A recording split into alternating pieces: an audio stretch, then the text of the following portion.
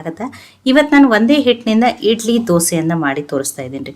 ಹಂಗಿತ್ತಂದ್ರೆ ನೀವು ಅನ್ಬೋದು ಈ ಇಡ್ಲಿ ದೋಸೆ ಒಳಗೆ ಏನು ಸ್ಪೆಷಲ್ ಅದ ಅಂತ ಹೇಳಿ. ನಾನಿವತ್ತು ಅಕ್ಕಿ ಹಿಟ್ಟು, ಇಡ್ಲಿ ರವೆ ಅಥವಾ ನಾರ್ಮಲ್ ಉಪ್ಪಿಟ್ಟು ರವೆ ಯಾವುದನ್ನು ಬಳಸ್ತೇನೆ, ಮೊಸರು ಏನೋನ್ನ ಬಳಸ್ತೇನೆ ಮಾಡಿ ತೋರಿಸ್ತಾ ಇದ್ದೀನಿ. ನೀವು ಇದನ್ನೊಂದು ಪ್ರೋಟೀನ್ ರಿಚ್ ಬ್ರೇಕ್ಫಾಸ್ಟ್ ಅಂತಲೂ ಕರಿಬೋದು. ಹಂಗಿತ್ತಂದ್ರೆ ಇದನ್ನ ಹೆಂಗೆ ಮಾಡೋದು ಅಂತೇಳಿ ನೋಡ್ಕೊಂಬರೋಣ ಬರ್ರಿ.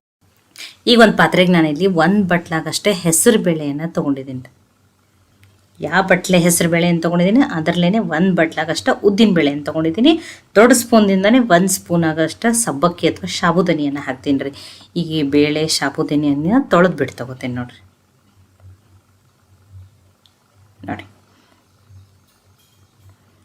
ಈ ಬೇಳೆ ತೊಳೆದಿರುವ ನೀರನ್ನು ಗಿಡಗಳಿಗೆ ಹಾಕ್ರಿ. ನೋಡಿ, ನೀರನ್ನು ತೆಗೆದುಬಿಟ್ಟಿದ್ದೀನಿ. ಈಗ ಇದನ್ನು ನೀರನ್ನು ಹಾಕ್ತೀನಿ ರೀ. ಬೇಳೆ ನೆನೆಸ್ಬಿಟ್ಟು ತೊಗೋತೀನಿ ನಾನೀಗ.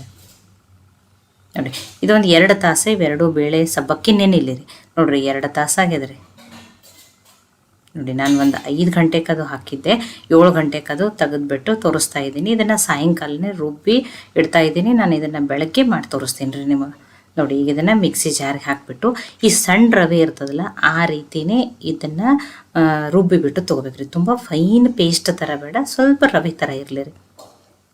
ನೋಡಿ, ಅದನ್ನು ನೀವೇನ ತರಿಯಾಗಿನೇ ಗ್ರೈಂಡ್ ಮಾಡ್ಕೊರಿ. ಅಷ್ಟೆಲ್ಲ ನೀವು ರವೆ ಥರನೇ ಇರ್ಬೇಕು ನೋಡಿರಿ. ಈಗ ಇದನ್ನು ಗ್ರೈಂಡ್ ಮಾಡಿಬಿಟ್ಟು ತೊಗೊಂಡಿದ್ದೀನಿ. ಈಗ ಇದನ್ನು ಈಗ ಇದನ್ನು ಬೇರೆ ಪಾತ್ರೆಗೆ ಇದನ್ನು ಬೇರೆ ಪಾತ್ರೆಗೆ ಹಾಕೋತಾ ಇದ್ದೀನಿ ರೀ. ಆ ಮಿಕ್ಸಿ ಜಾರಿಗೆ ಒಂದು 3-4 ಸ್ಪೂನ್ ಆಗಷ್ಟು ನೀರನ್ನು ಹಾಕ್ಬಿಟ್ಟು ಹಾಕ್ತೀನಿ ರೀ ನಾನು ಇದನ್ನು. ನೋಡಿ, ಈಗ ಆ ನೀರನ್ನು ಮಿಕ್ಸ್ ಮಾಡ್ಕೋತೀನಿ ರೀ. ಹಿಟ್ಟು ಒಮ್ಮೆಲೆ ತುಂಬ ತೆಳುವನ್ನ ಮಾಡ್ಕೋಬೇಡ್ರಿ.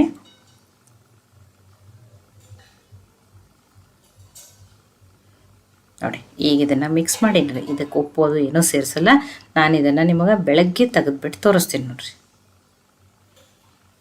ನೋಡಿರಿ, ಒಂದು 8ರಿಂದ 10 ಅವರ್ ಏನಾಗಬೇಕು ರೀ, ಇದು ಫರ್ಮೆಂಟೇಷನ್ ಆಗಬೇಕು. ನೋಡಿರಿ, ನಾನು ಬೆಳಗ್ಗೆ ತೆಗೆದುಬಿಟ್ಟು ತೋರಿಸ್ತಾ ಇದ್ದೀನಿ. ನೋಡಿರಿ ಎಷ್ಟು ಚೆನ್ನಾಗಿ ಫರ್ಮೆಂಟ್ ಆಗಿದೆ. ನೋಡಿ, ಈಗ ಇದಕ್ಕೆ ರುಚಿಗೆ ತಕ್ಕಷ್ಟು ಉಪ್ಪನ್ನು ಹಾಕ್ತಾಯಿದ್ದೀನಿ. ನೋಡಿ, ಒಂದು ಚಿಟಿಕೆನೇ ಸೋಡಾ ಹಾಕ್ತಾಯಿದ್ದೀನಿ ರೀ. ನೀವು ಸೋಡಾ ಬೇಡ ಅಂದ್ರೆ ಸ್ಕಿಪ್ನು ಮಾಡ್ಬೋದು. ಒಂದು ಚಿಟಿಕೆ ಹಾಕೋದ್ರಿಂದ ಅದು ಏನಾಗ್ತದೆ ರೀ, ಚೆನ್ನಾಗಿ ಒಮ್ಗೊಯ್ದು ಬರ್ತದೆ ರೀ ಅದು. ನೋಡಿ, ಈಗ ಇದನ್ನು ಚೆನ್ನಾಗಿ ಮಿಕ್ಸ್ ಮಾಡ್ಕೊಂಡಿದ್ದೀನಿ.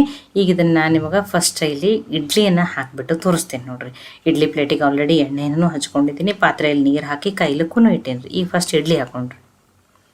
ನೋಡಿ, ಇಡ್ಲಿ ರವೆ ಇಲ್ಲ, ಅಕ್ಕಿ ಇಲ್ಲ, ಅಕ್ಕಿ ಹಿಟ್ಟು ಇಲ್ಲ, ಯಾವುದನ್ನು ಬಳಸ್ತೇನೆ ನೋಡಿರಿ.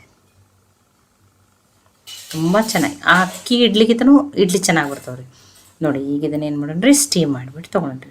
ನೋಡಿ, ಮೀಡಿಯಮ್ ಫ್ಲೇಮ್ದಲ್ಲಿಟ್ಟು ಒಂದು 5 ನಿಮಿಷ ಸ್ಟೀಮ್ ಮಾಡ್ತೀನಿ ರೀ. ಈ ಸ್ಟೀಮಾಗಿ ಇಡ್ಲಿ ರೆಡಿ ಆಗೋ ತನಕ ಏನು ಮಾಡ್ತೀನಿ ನಾನು, ನಿಮ್ಗೊಂದು ದೋಸೆನೂ ಆಗಿ, ಕೆಲವ್ರಿಗೆ ಇಡ್ಲಿ ಸೇರಲ್ಲ, ನೀವು ಈ ದೋಸೆನೂ ಮಾಡ್ಕೊಬೋದು ರೀ. ಇದು ಸಾಫ್ಟ್ ದೋಸೆ ಬರ್ತದೆ, ಇದು ಕ್ರಿಸ್ಪಿ ದೋಸೆ ಬರಲ್ಲ. ನೋಡಿರಿ, ಇಲ್ಲಿ ನಾನು ನಾನ್ ಸ್ಟಿಕ್ ತವೆಯಲ್ಲಿ ಏನು ಮಾಡ್ಕೊಂಡಿಲ್ಲ, ಕಬ್ಬಿಣ ತವೆಯಲ್ಲೇ ಮಾಡಿ ತೋರಿಸ್ತಾ ಇದ್ದೀನಿ. ನೋಡಿ, ಆ ಕಬ್ಬಿಣ ತವೆಯಲ್ಲೇ ತುಂಬ ಸುಲಭವಾಗಿಯೇ ನೀವಿಲ್ಲಿ ದೋಸೆನೂ ಹಾಕೋಬೋದು. ನೋಡಿ, ನೀವು ಬಿಸಿ ತಿಂದರೆ ಸ್ವಲ್ಪ ಗರಿ ಆಗಿರ್ತಾವೆ ರೀ. ಬಟ್ ಆರದ ಮೇಲೆ ಏನಾಗ್ತವೆ, ಇವು ಸಾಫ್ಟ್ ಆಗ್ತಾವೆ. ಅಥವಾ ಚಿಕ್ಕ ಸೆಟ್ ದೋಸೆ ಥರನೂ ಹಾಕೋಬೋದು ನೋಡಿರಿ. ನೋಡಿ, ಈಗ ಇಡ್ಲಿ ಸ್ಟೀಮ್ ಆಗಿರ್ತಾವೆ ರೀ. ಈಗ ನೋಡಿ, ದೋಸೆ ಕಲರ್ನು ತುಂಬಾ ಚೆನ್ನಾಗಿ ಬಂದ ರೀ. ಗ್ಯಾಸನ್ನು ಆಫ್ ಮಾಡಿದ್ದೀನಿ, ಇಡ್ಲಿನೂ ಸ್ಟೀಮ್ ಆಗ್ಯಾವ ನೋಡಿರಿ. ಈಗ ಒಂದು ಸ್ವಲ್ಪ ಆರ್ಲೇರಿ ನಾನು ಇದನ್ನು ತೆಗೆದುಬಿಟ್ಟು ತೋರಿಸ್ತೀನಿ ನೋಡಿರಿ. ಇದನ್ನು ಇಡ್ಲಿ ರವೆ ಹಾಕಿನೇ ಇಡ್ಲಿ ಮಾಡೋದೇನೋ ಅನ್ಸಕತ್ತದ ನೋಡಿರಿ. ಅಷ್ಟು ಚೆನ್ನಾಗಿ ಬಂದಾವ ಇಡ್ಲಿ. ನಾನು ನಿಮಗೆ ತೆಗೆದುಬಿಟ್ಟು ಅದಕ್ಕೆ ನಾನು ಹೇಳ್ತೀನಿ, ಫೈನ್ ಪೇಸ್ಟ್ ಥರ ಬೇಡ, ಒಂದು ಸ್ವಲ್ಪ ಸಣ್ಣ ರವೆ ಥರ ನೀವೇನು ಮಾಡಿರಿ, ಇದನ್ನು ರುಬ್ಬಿಬಿಟ್ಟು ತೊಗೊರಿ. ನೋಡಿ, ಎಷ್ಟು ಸಾಫ್ಟಾಗಿ ಇಡ್ಲಿ ಇದೆ. ನಾನು ಚಿಟಿಕೆ ಸೋಡಾ ಹಾಕಿದ್ದೀನಿ. ನಿಮಗೆ ಸೋಡಾ ಬೇಡ ಅಂದ್ರೆ ನೀವು ಇದನ್ನು ಸೋಡಾನು ಸ್ಕಿಪ್ ಮಾಡ್ಬೋದು ನೋಡಿರಿ. ಎಷ್ಟು ಚೆನ್ನಾಗಿ ಬಂದ ನೋಡಿರಿ. ಎಲ್ಲ ಇಡ್ಲಿನೂ ತಕ್ಕೋತೀನಿ ನೋಡಿರಿ ನಾನು. ನೋಡಿ, ಆ ಇಡ್ಲಿ ರವೆ ಅಥವಾ ಅಕ್ಕಿ ಬಳಸಿ ಮಾಡಿರುವ ಇಡ್ಲಿಗಿಂತನೂ ಟೇಸ್ಟ್ ತುಂಬಾ ಚೆನ್ನಾಗದ ರೀ. ಮತ್ತು ತುಂಬ ಪ್ರೋಟೀನ್ ರಿಚ್ ಬ್ರೇಕ್ಫಾಸ್ಟ್ ಅಂತಲೂ ಕರಿಬೋದು. ಈ ರೀತಿ ಹೆಲ್ದಿಯಾಗಿ ಮಾಡಿ ನೀವು ಮಕ್ಕಳಿಗೆ ಬಾಕ್ಸಿಗಾದರೂ ಹಾಕ್ಕೊಡ್ರಿ. ನೋಡಿ, ಎಷ್ಟು ಚೆನ್ನಾಗಿ ಬಂದವ್ರಿ. ನಾನೀಗ ಇದನ್ನು ಪ್ಲೇಟಿಗೆ ಹಾಕೋತೇನೆ ನೋಡಿರಿ. ನೋಡಿ, ಎಷ್ಟು ಚೆನ್ನಾಗಿ ಬಂದ ನೋಡಿರಿ. ನಾನು ಅದಕ್ಕೇನೆ ಹೇಳ್ತೀನಿ, ಸಣ್ಣ ರವೆ ಥರ ರುಬ್ಕೊರಿ ನೀವು ಇದನ್ನು. ಇಡ್ಲಿ ಸ್ಟ್ರಕ್ಚರು ನೋಡಿರಿ ಎಷ್ಟು ಚೆನ್ನಾಗಿ ಬಂದ. ನಾನು ಇವತ್ತು ಸಾಂಬಾರನ್ನು ಮಾಡ್ಕೊಂಡಿದ್ದೀನಿ ನೋಡಿ.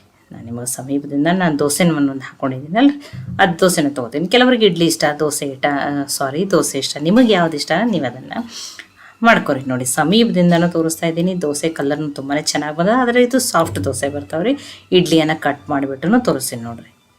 ನೋಡಿ, ಎಷ್ಟು ಚೆನ್ನಾಗಿ ತುಂಬ ಸಾಫ್ಟ್ ಆಗಿರುವಂಥ ಇಡ್ಲಿ ರೆಡಿ ಆಗ್ಯಾವ ನೋಡಿರಿ. ನೋಡಿ ಈ ಇಡ್ಲಿ ರೆಸಿಪಿ ಅಂತಲೂ ನೀವು ಈ ಇಡ್ಲಿ ರೆಸಿಪಿಯನ್ನು ಖಂಡಿತನೂ ಟ್ರೈ ಮಾಡಿರಿ. ತುಂಬ ಟೇಸ್ಟಿ ಮತ್ತು ಹೆಲ್ದಿಯಾಗಿರುವಂಥ ಇಡ್ಲಿ ರೀ. ನೋಡಿ ಇವತ್ತು ಯಾವುದನ್ನು ಬಳಸ್ತೇನೆ ಚೆನ್ನಾಗಿ ಪ್ರೋಟೀನ್ ಇಡ್ಲಿಯನ್ನು ಮಾಡಿ ತೋರಿಸ್ತಿದ್ದೀನಿ. ಸಾಂಬಾರು ಜೊತೆನೂ ತಿನ್ಬೋದು, ಕಾಯಿ ಚಟ್ನಿ ಜೊತೆ, ಈರುಳ್ಳಿ ಟೊಮೆಟೊ ಜೊತೆ, ನೀವು ಯಾವುದ್ರ ಜೊತೆ ಅದನ್ನು ಸರ್ವ್ ಮಾಡ್ಬೋದು. ಈ ಇಡ್ಲಿ ರೆಸಿಪಿ ನಿಮಗೆ ಸ್ವಲ್ಪ ಆದರೂ ಇಷ್ಟ ಆಗಿತ್ತಂದ್ರೆ ಲೈಕ್ ಮಾಡಿ, ಶೇರ್ ಮಾಡಿ, ಕಮೆಂಟ್ ಮಾಡಿರಿ. ಖಂಡಿತ ಟ್ರೈ ಮಾಡಿ ನನಗೆ ಹೆಂಗೆ ಬಂದಿತ್ತು ಅಂತ ತಿಳಿಸ್ರಿ. ಮತ್ತೆ ಒಳ್ಳೆ ಹೊಸ ರೆಸಿಪಿ ಜೊತೆ ಸಿಗೋಣ. ಎಲ್ಲರಿಗೂ ಧನ್ಯವಾದಗಳು. ಕನ್ನಡತಿ ಅಡುಗೆ ಚಾನಲನ್ನು ಸಬ್ಸ್ಕ್ರೈಬ್ ಮಾಡಿ, ಬೆಲ್ ಐಕಾನ್ ಪ್ರೆಸ್ ಮಾಡಿರಿ.